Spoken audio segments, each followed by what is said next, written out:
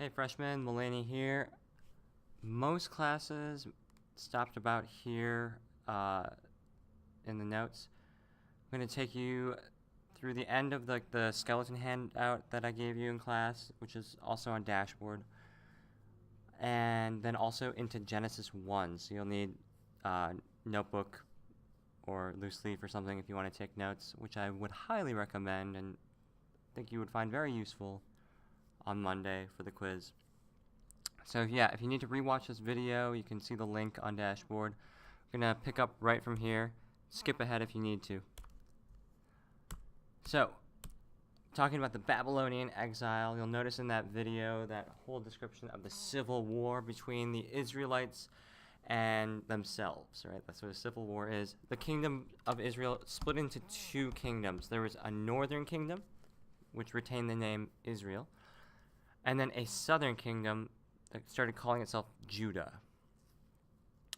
And yeah, nothing weakens a country like a civil war. It makes it vulnerable to outside forces that want to conquer it.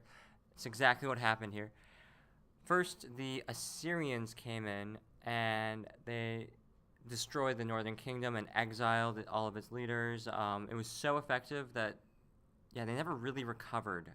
After the 700s, that northern kingdom became known as the Lost Tribes of Israel, and they lost their Jewishness in the minds of the southern kingdom.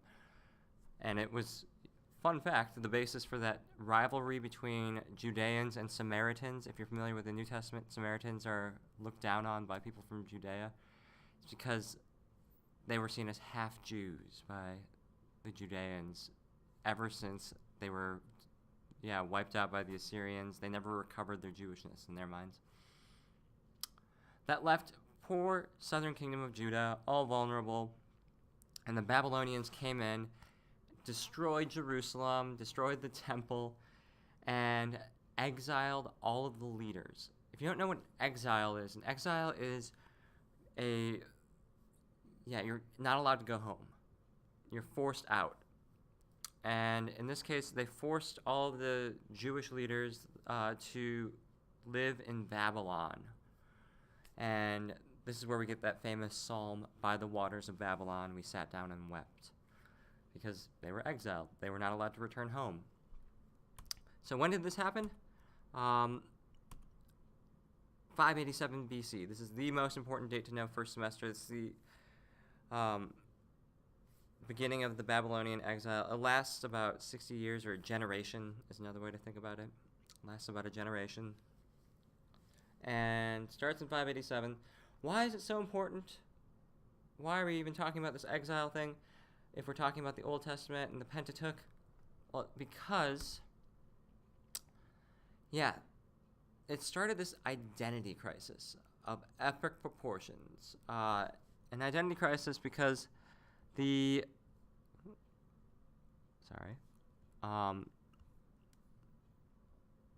why it's such a big deal? It started an identity crisis for the Israelites. The Israelites at this time saw their temple destroyed by the Babylonians, and then the Ark of the Covenant, which was Yahweh's presence on earth, God's presence on earth, it was lost. Everything they knew to be true about God, that God was strong and would protect at least himself, if not the Jewish people, it seemed to be blowing up in their face here. In the people's minds of this time, only two conclusions were possible. And it was either that the Babylonian gods were stronger than Yahweh. And that's why, Jerusalem was destroyed, and why Yahweh's house was destroyed, why Yahweh's presence was lost, because the Babylonian gods were just too strong, overwhelmed them. Or there are no gods, lowercase g, only Yahweh, and Yahweh would let this happen to the Israelites. He could choose to let this happen for why? Why would God allow the temple to be destroyed? Why would he let his presence be carried off and lost? What possible reason could Yahweh have? And that's when yeah, the people in exile started thinking of their exile as a time out. It's God making them go in a corner because they had lost track or lost sight of their Jewishness. They hadn't obeyed the covenant. They hadn't paid enough attention to what God wanted of them. And so they treated it like a timeout plus, yeah, a focus on writing all of their traditions down. So I think on the skeleton notes, I have, where is it? Where's my copy? Yeah, this is a timeout plus writing down their traditions. And most of the Old Testament is compiled and edited during this time. So when the exile ends, about a generation later, we have the rough draft of the Old Testament as we know it, especially the Pentateuch. So, yeah, this is informing all of how we should interpret the Pentateuch. It's kind of the background of all the stories of Genesis, Exodus, Leviticus, Numbers, Deuteronomy, is this experience of being away from home and needing to remember who we are.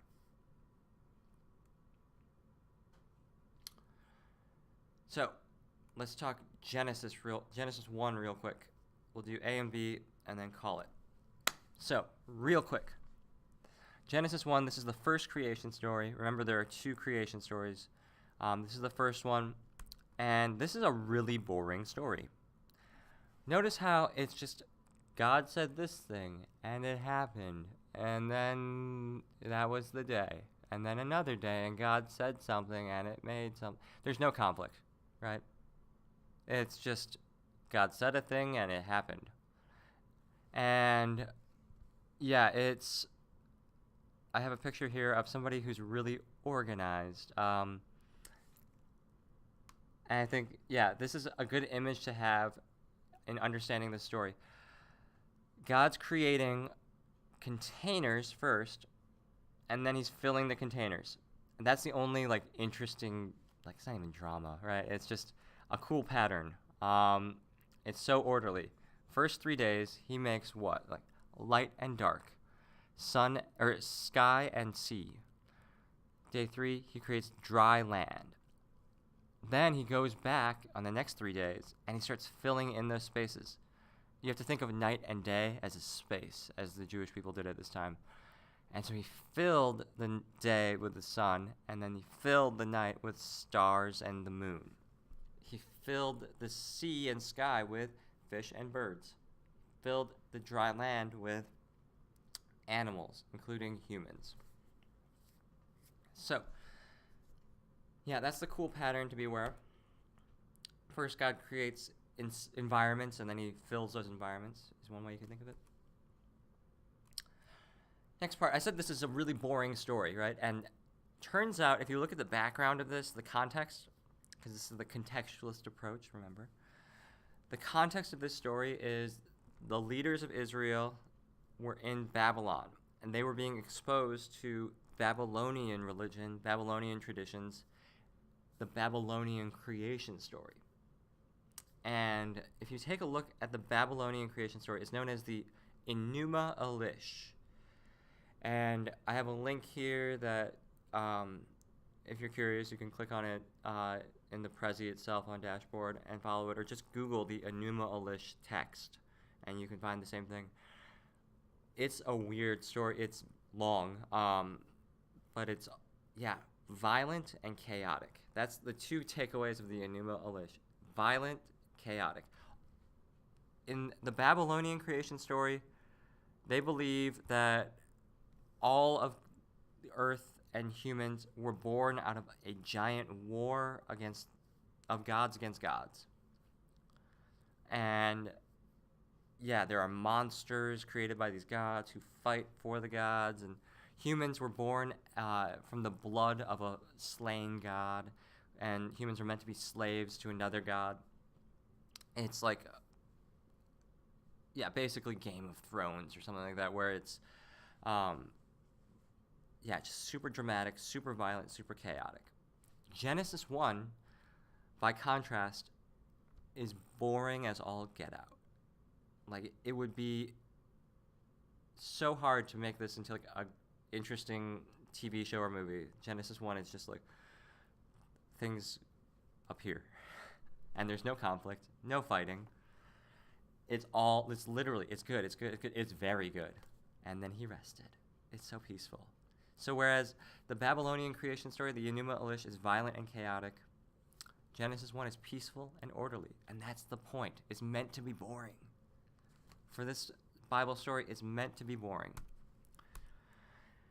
And so this is interesting. It shows how, like, when you compare the two, the Enuma Elish and Genesis 1, it shows how the exile, instead of working like the Babylonians hoped, instead of making the Israelites more Babylonian and just assimilating them into Babylonian society so they wouldn't have to wage an all-out war against them, yeah, the exile actually had the opposite effect. It strengthened the Israelites' ideas about God. It made them more Jewish. It made them less Babylonian. They realized that the Babylonian gods aren't even gods. They are just, what people consider to be gods, whereas God is the only true God. All right, now we can talk the 7 days thing. God created everything in 7 days. That's so not scientific. First off, creationism. Ken Ham. That Bill Nye Ken Ham debate.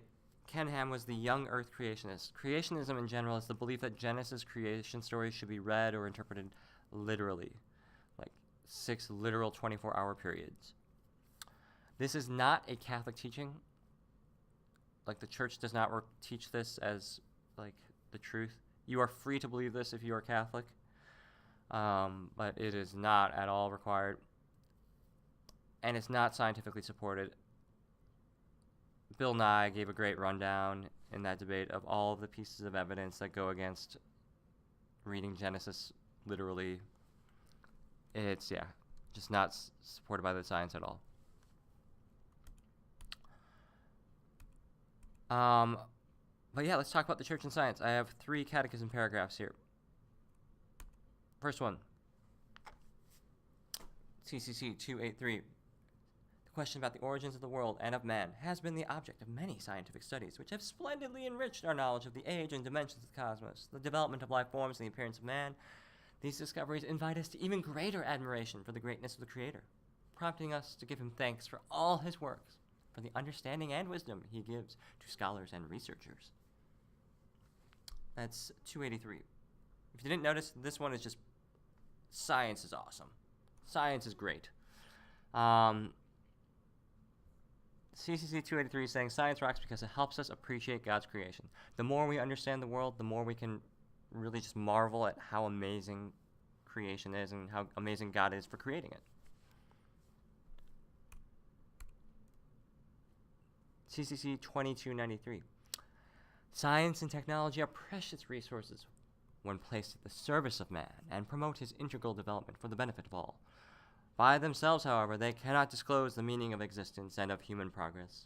Science and technology are ordered to man, from whom they take their origin and development. Hence, they find in the person and in his moral values both evidence of their purpose and awareness of their limits. This one's saying science has its limits. It's not an end-all be-all, right? It can't tell us certain things. Specifically, it can't tell us the ultimate meaning of our lives or of the world. It can't give us, why we're here, why something's good or bad. It can tell us how something happened, when it happened, but it can't give us the purpose, the meaning. Finally, CCC 159, faith and science. Though faith is above reason, there can never be any real discrepancy between faith and reason. Since the same God who reveals mysteries and infuses faith has bestowed the light of reason on the human mind, God cannot deny himself, nor can truth ever contradict truth. Consequently, methodical research in all branches of knowledge, provided it is carried out in a truly scientific manner, does not override moral laws, can never conflict with the faith, because the things of the world and the things of faith derive from the same God. the humble and persevering investigator of the secrets of nature, is being led, as it were, by the hand of God, in spite of himself. For it is God, the conserver of all things, who made them what they are. This is a crazy paragraph here. This one's saying that faith and science will never conflict with each other. They won't contradict, they won't go against one another. Ever. It's what a statement, right? Because God gives us both reason and faith to lead us to truth, and truth doesn't go against truth. So we have both reason and faith. This is why, if there's a seeming contradiction, either it's because the science isn't settled, or the faith is interpreting something poorly, or both. There's never any real conflict in the end of the day between reason and faith. Let's see. So yeah, one way you can think of it is science is like the how, faith is like the why. Science can answer our how questions. Or another way you can think of it is like science is like a magnifying glass. It helps us see things that we couldn't normally see with the naked eye, right? But it also can be dangerous. Like, give a magnifying glass to a kid on a hot summer day, he's going to start some fires. Or at least, yeah, that's what I did growing up. Yeah, moving on. You could see faith as a mirror. It gives us the why. It tells us about ourselves, and it can reveal things about our own condition and who we are meant to be. Faith can be dangerous too if it becomes disconnected from reality, right? It can become narcissistic or unhealthy in other sorts of ways. So science and faith need to be grounded in reality, and they complement one another. All right, best of luck on Monday's quiz.